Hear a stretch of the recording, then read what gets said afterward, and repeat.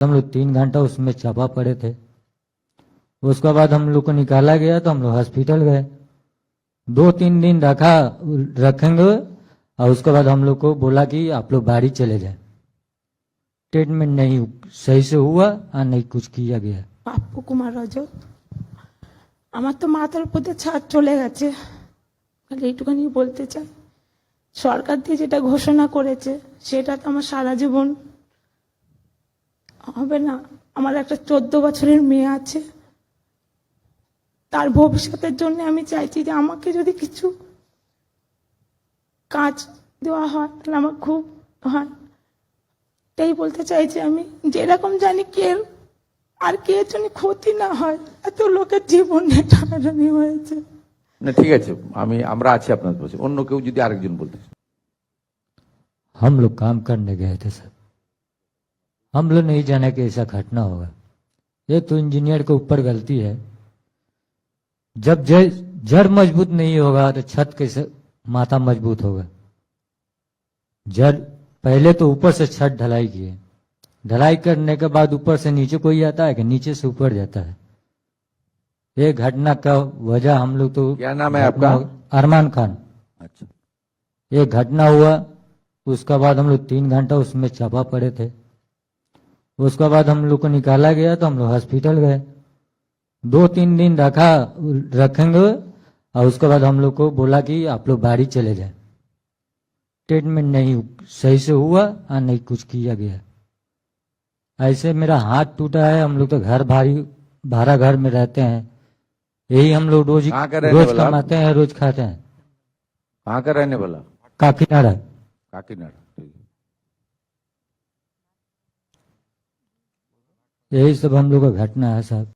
देखिए, सब लोग का यही गुंजाइश शायद होगा। पहले तो देखिए, आपने एक तो अपने रिश्तेदार को खो दिया, उन्होंने उनका बात बताया, सही बात बताया। और दूसरा जो इमरान भाई ने बताया, देखिए आपको 3 घंटा के अंदर रेस्क्यू करने का काम कौन किया? वो रेस्क्यू टीम किया, जवान ने किया। नहीं तो कलकत्ता पुलिस, नहीं तो हमारी एसडीआरएफ, नहीं तो एनडीआरएफ, नहीं तो आर्मी, नहीं फायर ब्रिगेड। और वहां से आपको निकाल के ग्रीन चैनल करके हॉस्पिटल में उनको आपको लेकर गया भी हेल्थ वर्कर लोग ने। और वहां हॉस्पिटल एसएसके में जिस तरीके से सेवादान करने का काम वो लोग किया सबको, इसमें मैं हॉस्पिटल विजिट किया था। कुछ लोग तो बुरी तरह घायल था, उनका तो सेंस भी नहीं था। वहाँ honourable MIC health, MOS health, principal secretary health, MSVP सब मिलके वहाँ बहुत सारा काम किया। आज उनको सेवा आपको मिला, इसलिए आप यहाँ हमारी जो सेक्रेटेरिएट का मीटिंग हॉल में आकर आपका जो एक्सपीरियंस, आपका जो अपील है आप बोल सकते हैं। आप लोग सुन रहा है, लेकिन सब मिलके काम किया। आने वाला दिन में भी हम लोग अच्छा करके काम करने के लिए जो हमारी स्किल ट्रेन टीम बनाना चाहिए, मॉडर्न इक्विपमेंट चाहिए, जो खामियां था वो पूरा करने का काम सरकार कर रहा है। हम लोग additional budget allocation, man power के लिए भी सिविल डिफेंस और डिजास्टर मैनेजमेंट टीम को हम लोग रेडी कर रहा है। मैं आज पोस्टमार्टम करने के लिए नहीं आया है, वो तो काम सरकार का करना है, सरकार कर रहा है। कलकत्ता पुलिस हेल्प कर रहा है, चीफ सेक्रेटरी खुद मॉनिटरिंग कर रहा है। आश्वस्त रहिए, ये सरकार आने वाला दिन में इस तरीके से हादसा टालने के लिए जो जो मेजर करना चाहिए वो करेगा। আপনার যে একটু আগে বলেছেন মাননীয় রজক ফ্যামিলি থেকে, আমরা আপনাদেরকে বলতে পারি যে আমাদের লেবার ডিপার্টমেন্টের একটা এই সংক্রান্ত শেষ ফান্ড রয়েছে 1% যেটা আমরা করতে পারি।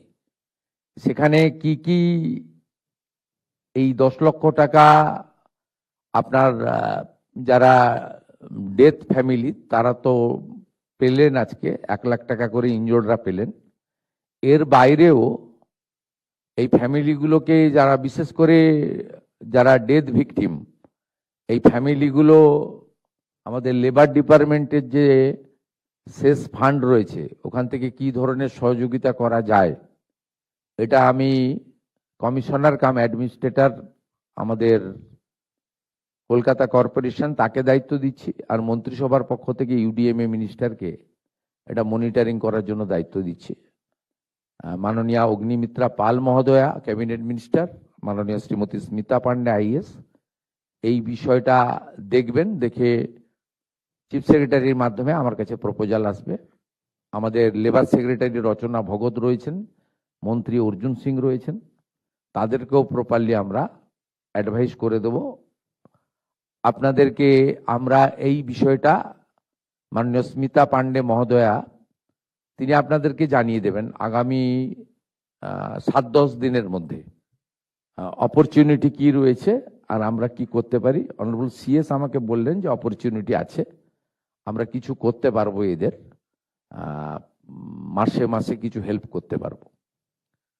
এর বাইরেও যে সমস্ত ডেথ ফ্যামিলি রয়েছে তাদের বাচ্চারা যদি পড়াশোনার বিষয়ে কিছু সাহায্য মানে চান, হোস্টেলে রেখে করতে চান বা অন্য জায়গায় করতে চান যেখানে গভর্নমেন্ট অ্যাকোমোডেশন আছে, এটাও আপনারা মাননীয় কমিশনারকে অথবা কলকাতা পুলিশের মাধ্যমে আমাদের জানাবেন, আমরা করব। আমি কলকাতা কর্পোরেশনকে বলবো ওনাদের যে ডেলি কাজগুলো হয় তাতে এই 15-16টা ফ্যামিলি যারা বিহার বা ইত্যাদি আছে তাদের পক্ষে সম্ভব নয়। কলকাতা বা অ্যাডজয়নিং এলাকাতে যদি এই ফ্যামিলিগুলো যারা থাকেন তারা যদি আপনাদের বিভিন্ন ধরনের কাজ হয়, সেই কাজে যদি এদের ফ্যামিলির কোনো লোক সক্ষম থাকে বা করতে চায়, ইনক্লুড করা। আমি কলকাতা পুলিশকেও বলবো তাদের এলাকায় যে সমস্ত ব্যক্তির ফ্যামিলি ঘটেছে তাদের ক্ষেত্রেও কলকাতা পুলিশ থেকেও যেন তাদের পরিবারের সঙ্গে লোকাল থানায় একটু যোগাযোগ রাখেন, কোনো সহযোগিতা লাগলে করেন। আর হেলথ ডিপার্টমেন্টের মাননীয় এমআইসিকে আমি অনুরোধ করবো, এমওএসও আছেন, যদি ফার্দার ট্রিটমেন্টের জন্য কারোর মনে হয় যে আমার এখনো শরীর ঠিক হয়নি, আরো ওষুধ দরকার বা আরো কিছু স্যাটিসফাইড হওয়ার জন্য নিজেই মনে করছেন যে আমি অসুস্থতা ফিল করছি বা আমার ব্যথা বেদনা আছে, সেটা ডক্টর শারদত্ত মুখোপাধ্যায় আমাদের এই ফর্মাল মিটিং এর পরে আপনারা ওনার কাছে নাম ফোন নাম্বার দিয়ে দিন, উনি প্রপারলি দেখে দেবেন। এবং যতদিন আপনাদের ওষুধ দরকার বাড়িতে থাকলেও কমপ্লিটলি